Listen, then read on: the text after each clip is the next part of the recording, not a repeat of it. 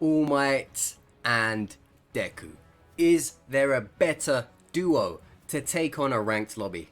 I don't think there is, because these guys are the canon master and apprentice. If there's two characters that need to take on a lobby, it's these two, Deku and All Might, the past and the future.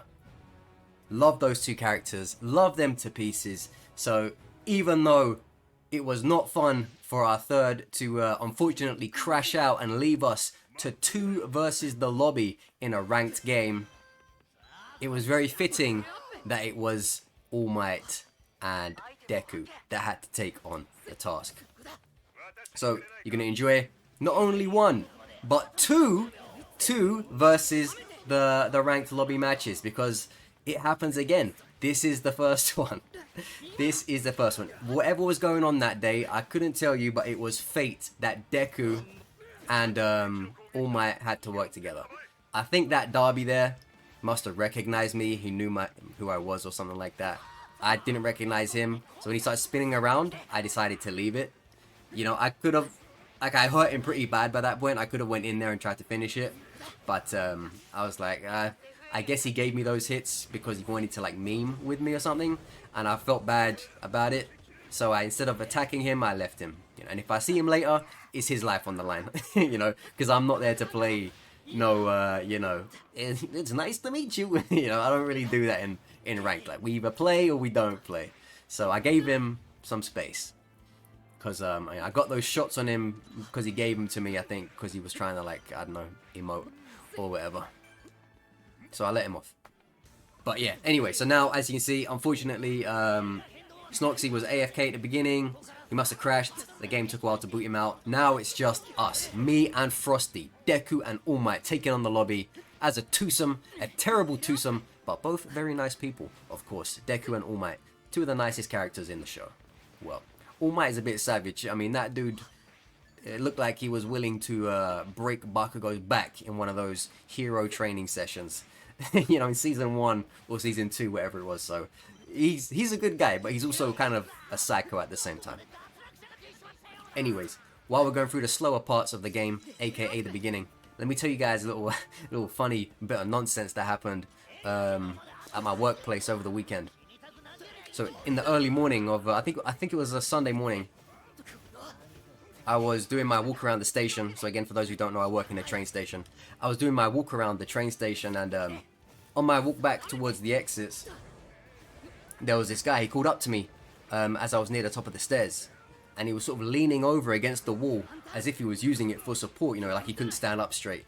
And he went, "Oh, excuse me. And I turned around and I said, yeah, what's up?" So this guy, kind of a heavy set guy, long beard, top knot, he goes, "Oh, how do I get out? Where's the exit?" And I look at him and I said, "Oh, the exit's this way. Follow me. I'll take you there." "How do I get out?" I'm thinking, what's this guy on about? I said, patiently, I said, "It's this way. Come up the stairs. I'll show you how to get out from the station." And he goes, "Oh, okay." So he starts coming up the stairs. Now he's walking behind me. I'm walking ahead of him. And I say to him, "Just straight up those escalators there ahead of you. See them? Just walk straight up them. That takes you out to the exit." So now he's walking beside me, and I'm walking beside him, and he's looking at me. He's kind of looking at me dead in the eye. Like, this guy is either drunk, on drugs, or both. And he goes, so remember, this guy's asked me for help. I've helped him out politely, without issue. I've given him what he's needed. So far, so good. And then he goes, "Thank you." And I said, "No problem." He goes, "Can I give you a hug?" I'm looking at this guy, looks sweaty. Yeah, so I wasn't gonna hug some random stranger anyway, but I'm telling you, he looked like even less. Like, if you don't want to hug a stranger anyway, this was like multiplier, you know, like a debuff or something. Like, nah, this, I really don't want to hug this guy. I wasn't gonna hug any stranger anyway, but this is like a double no. But I'm a polite guy, I'm diplomatic, so I just smiled. I was like, "Sorry, we're not allowed to do that," you know. I could have said anything to him, but I said to him the most polite, most feeling sensitive response of a no ever. I said, sorry, we're not allowed. It wasn't even like I said I don't want to. I was like, the job doesn't let me. So I said, I'm sorry, we're not allowed to do that. And then he looks at me weird and he goes, what? Are you gay? And I looked at him and I said, am I gay? And he went, yeah. And I said, you're the one that wants to hug me. How am I the gay one? And he's looking at me now. Oh, sorry, this was this was like a week ago now. I'm trying to remember exactly what the next line was. What was the next thing he said after that? Oh no, that was it. After I said that, even then, I gave the guy his respect. I said, all right, here we are. Just walk up these escalators and you'll be taken out to the exit. And he's like, again, now we're face to face at the bottom of the escalator that's going up. All he needs to do is just go up and go to the exit. Like he asked, like I told him. But obviously that ensued. Now we're face to face. He's not going up the escalator. He's standing at the bottom of it with me. Because I'm not going up as well. I'm going a different way. But I showed him where to go. And I said to him, there you go, just go up that way. He goes, I think you're scared of me. In my head I'm thinking, what the fuck is this dude's problem? What is going on in this guy's head? So he's looking at me and he says, I think you're scared of me. And I looked at him and I said, you think I'm scared of you? And he goes, yeah, I think you're scared of me. Now here's the thing that you guys don't know about me. I'm not a confrontational person. I don't get into trouble. I don't look for fights. But at the same time, I have a very specific pride in not being intimidated by people. So he kind of got me with that one a little bit. So I said, why would I be scared of you? I'm not scared of you. Now it's kind of a bit tense between us. There's no reason for it to be tense because this dude just wanted to leave. I told him how to go. Somehow we've gotten to this point because this dude is off his head. So I said, why would I be scared of you? And he's like, you're scared of me. I'm like, I'm not scared of you. You're scared of me. I'm looking at this guy and I said, just go up the escalator. Your exit's right there. And then he slowly got on the escalator and he's facing me as he's on the escalator, watching me as he's going up the escalator. So I'm at the bottom of the escalator, not getting on because I need to go a different way. He's slowly ascending up the escalator, right? Now he goes... no, he didn't say anything, sorry. Now I start walking off to the side. And as I'm walking off to the side, I walk out of sight because I need to check a door that's on the right. So as I turn the corner, I'm now facing away from him. He's quarter of the way up the escalator. And, you know, interaction's over. And all I hear from behind me, from up the escalator as he's going, pussy. I come back around. I come back around the corner. I'm like, what did you say? So now I'm watching him going up the escalator and I'm standing at the bottom and he goes, pussy. And I said, oh, but you didn't say that when you was down here though, did you? And he called me the F word that rhymes with maggot. I don't want to say it because I don't know if it's going to get me in trouble with YouTube on the, you know, the demonetization. So he called me the F word that rhymes with maggot. I'm sure you can put that together. So then, and I'm like, yeah, when you was down here though, you don't want to make any moves. You had all the time in the world to do something down here. But now that you're coming up on the escalator, you don't want to do anything, huh? And again, like, call me a pussy again. He's going up the escalator, he's just calling me names, and I'm like, yeah, I know what you're about, buddy. When you was down here, you did nothing, but now you're on the escalator going up, now you want to talk. Yeah, you look at you guys, all talk, no action. I'm basically telling this guy he had all the time in the world down here to do something to me if he wanted to do something to me, but as soon as he's on the escalator going up, he didn't do anything. So I made that clear to him as I was at the bottom, you know, because that's the thing, people talk a lot but they don't act, and I give them every opportunity to act and then they don't act. Prick. Anyway, so he goes up the escalator, I go down my way.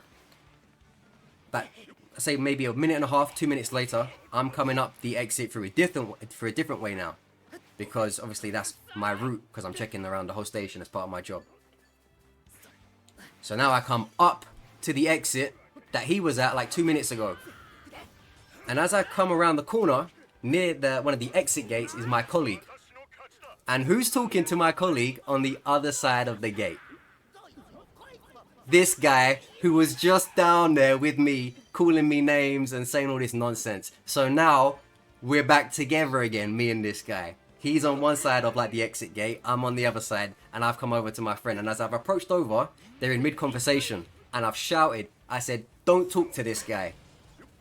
And as I come up, I'm like, this guy downstairs was calling me names after I helped him. This guy wanted to know how to get out. I showed him politely how to get out, and then he started cussing me and saying all this nonsense about how I'm scared of him. About how I'm scared of him, and he's calling me gay and all of this stuff.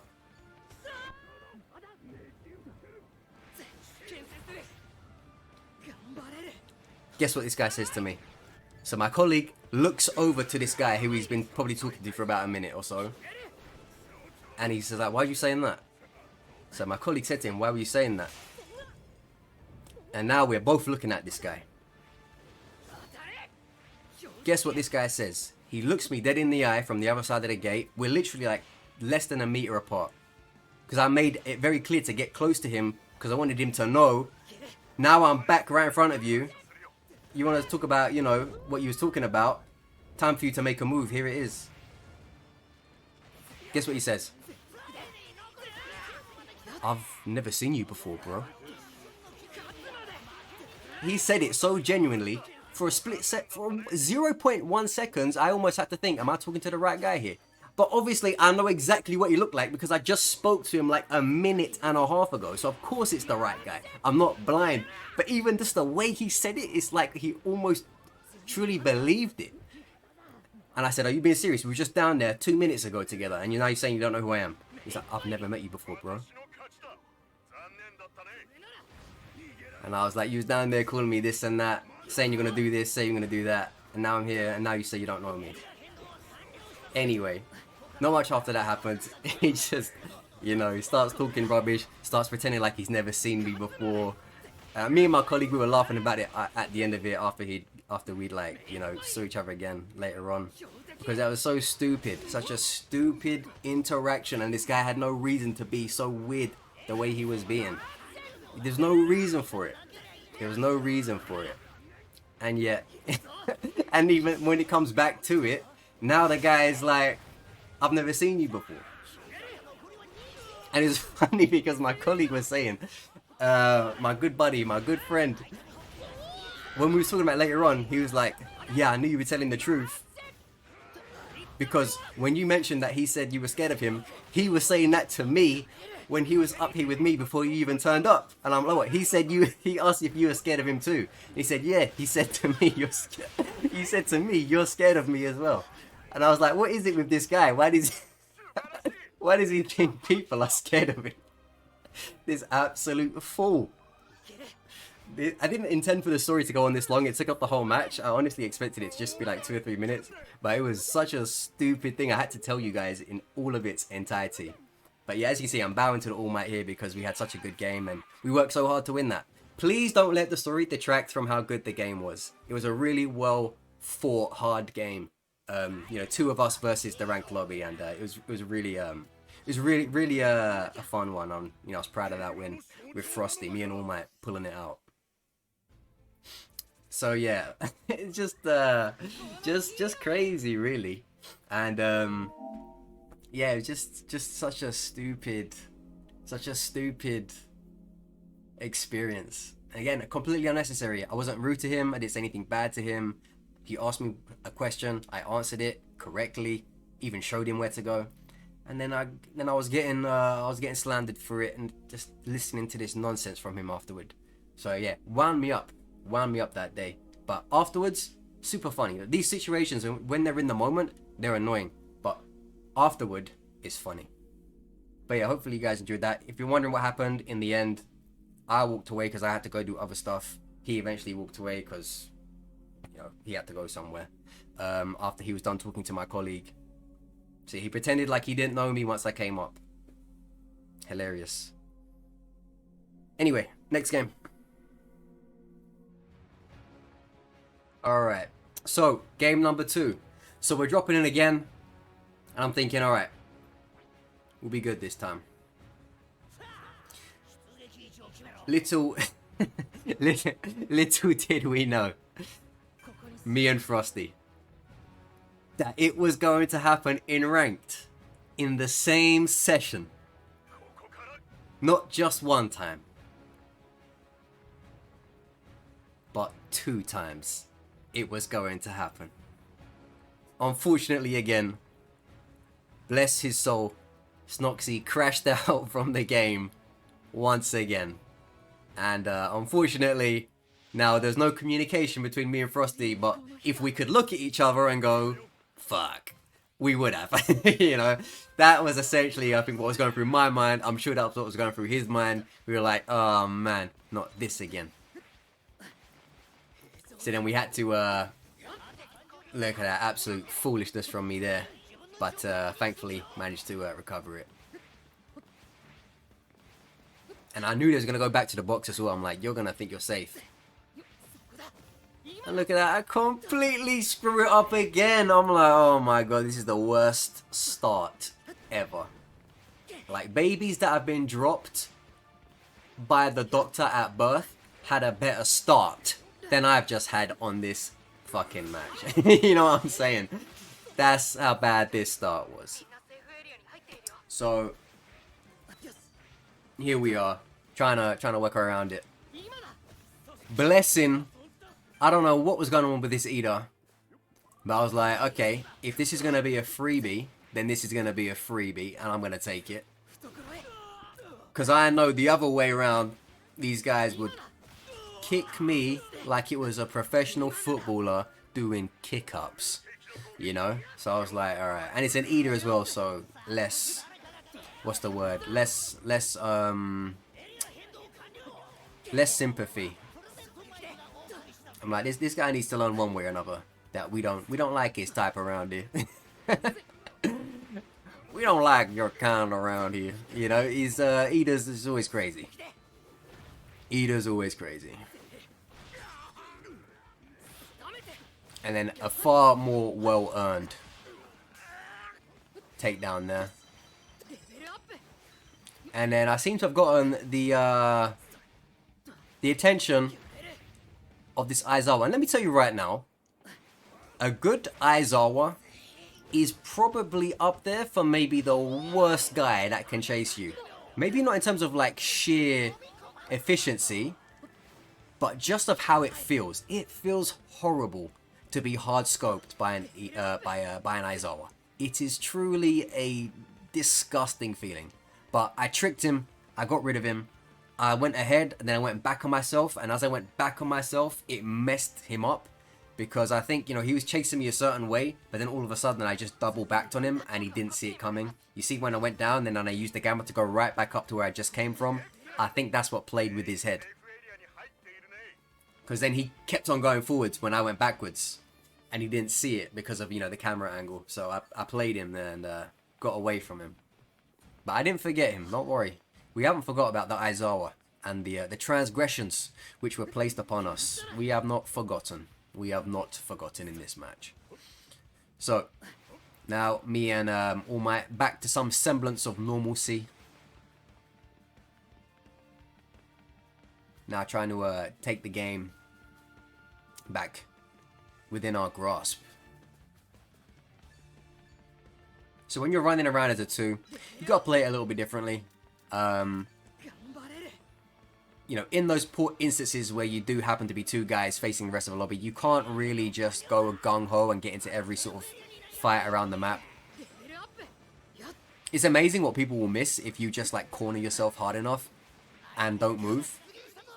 Like the way those... Like the first one, I can see why he didn't see me because he went at a different angle. But like the Ida, he just was not tilting his camera to the right at all. He's completely missed me.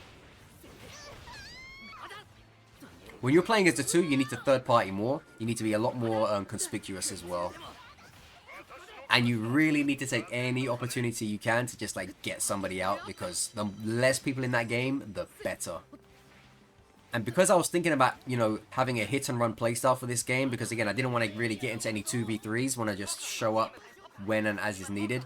That's why I leveled up my alpha to level 9 first. Because my main goal here is to be shooting people while they're busy, while they're doing stuff, while they're not wanting to be shot by another person, you know. So I'm thinking, honestly, a lot of my ambushes, they're not going to be beta focused, they're not going to be gamma focused, they're going to be alpha focused, which is why I got that thing straight up to 9, and I was like, look, if the alpha's not going to do it for me, then the game's a wrap as it is. So that's why we went to 9. Normally, I wouldn't say hard scope a level up to alpha like that. I would say, you know, shift it around a bit between the 3 things, but in this instance, I was confident that hit and run was our playstyle to win this 2v3 ranked lobby, and what better way than to you know, maximize the strong alpha of Deku.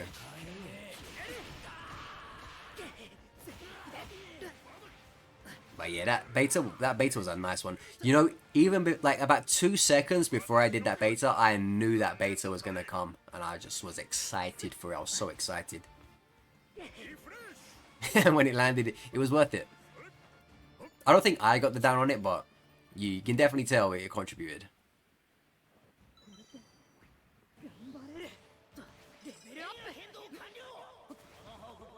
But yeah, hopefully you guys enjoyed that story in the first video. It was such a stupid interaction.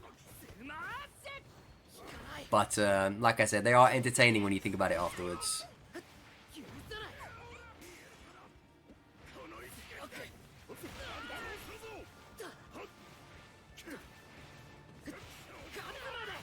That position where he fell. It's hilarious.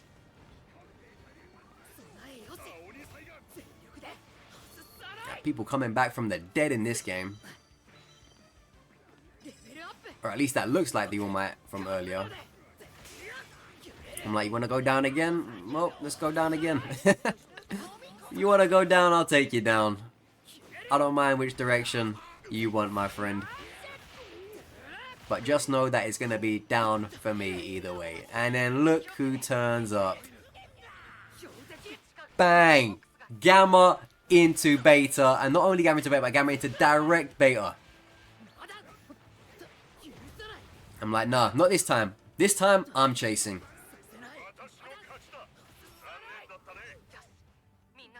This time, I'm chasing, buddy. But we made a fatal error, because we didn't know where he went. On the replay, I can see where he went. But during it, I didn't see where he went. So if you scroll back like 5 seconds, you'll see if you look hard enough where he was. He just didn't fall in the vicinity of where I thought he was going to fall. That's the problem. Where he fell, I didn't think he could go that far. That's why I didn't look there when I was coming down. I'm like, damn, I've lost this guy. But I found him in the end. So he didn't get away for good. We had to track him down twice. Taken 1 and 2. Taken 1 and 2. You know, even to this day, Taken is a good movie. Yeah, that movie held up well. That movie held up well. At least in my opinion it did. I like Liam Neeson, and I think sometimes he does some, you know, pretty throwaway movies. But if I'm being honest, even his throwaway movies, like, they're not bad. You know, even like, you know, his 6 out of 10, 7 out of 10 movies, they're still fun because they're just, you know, like Liam Neeson-y, and like, that's really what they have to be. Kind of like, you know, Stallone movies or Arnold movies or Jason Statham movies. You know, like none of like hardly any of them are really like 9 out of 10 or 10 out of 10 really. You know, I'm sure there's some of them in there, but you know, like generally. But it's just because those guys are doing it. Even if it's 5 out of 10, you still probably sit there and watch it anyway. Well, at least people of my age. I guess you kids probably won't really know what I'm talking about right now, but you guys like 23, 24 and above probably will know what I'm talking about.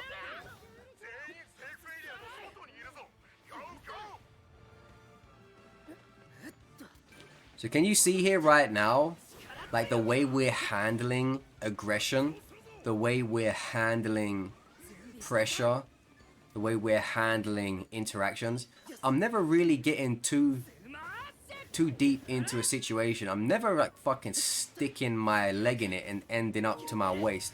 Every situation I get into, I make sure I can get out before it's time, you know, before it's time where I'm regretting it. Like, I do a bit and I'm out of there. If I sense an opportunity to finish, I'll push. If I don't sense an opportunity to finish, I'll go. You know, I'm just hanging out. I'm just making friends, so to speak. I'm making friends. Like, I didn't feel comfortable pushing that Shiggy, so I didn't. But I hit him twice, and he knows about it, and either that's going to get him KO'd later, or it means I might KO him easier later. Or he's going to have to use some of his vital resources to, you know, to clear up the damage I put on him. Either way, it's not good for him. So again, I'm like half committing to a lot of situations because we're on the defensive, really. There's only 2 of us. There's more of them. So because we don't have that same amount of, guarantee, you have to temper how you approach situations. So again, you've seen me, I've done a lot of half in, half out. And then if I can see a finish, I'll go for it. If I can't see a finish, I won't force it.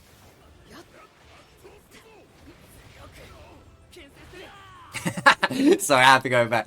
That friggin' Shiggy, man, I know he was like, oh, for fuck's sake. He was not happy with that. He got knocked back by that. I'm like, let me get in on that. Let me get in on that. That's hilarious, man. So funny.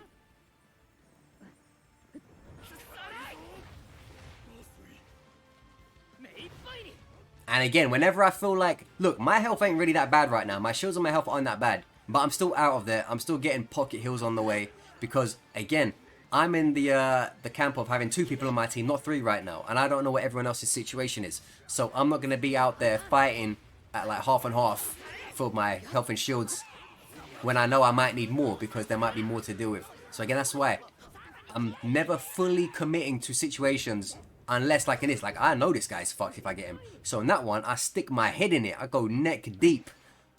But if I don't think that, I'm not doing that. Again, because I'm at a disadvantage. There's 2 of us. It's a small circle. It's a chaotic circle. I'm never going to commit full scale to something I don't know I can walk out of. And you're never really going to know if you're going to walk out of something or not. But it's about looking at a situation and using your brain, judging for yourself. Is this a good idea? If the answer is, I don't know, maybe don't, go balls deep in it. Just hang back a bit and see how it shakes out. That's why I have such good survivability in a lot of my games. That's why, if you see my ace video from not too long ago now, about how I got to ace rank in 55, 56 games. Winning like 52 of them or whatever it was. It's because of game control. Controlling the pace. Deciding how much you're going to put in. Deciding when it's time to come out. That kind of stuff. Very important. So hopefully you enjoyed that video. Those matches. Hopefully you learned something. And at the very least, hopefully they entertained you. So shout out to me. And yeah, this was when I was in the purple one still. Shout out to me and Frosty, All Might and Deku. Fabulous performance there. And yeah, we made a great team there. And we pulled out not only 1 duo ranked win, but 2 duo ranked wins in that session. So hopefully you enjoyed those. And I'll see you guys on the next one.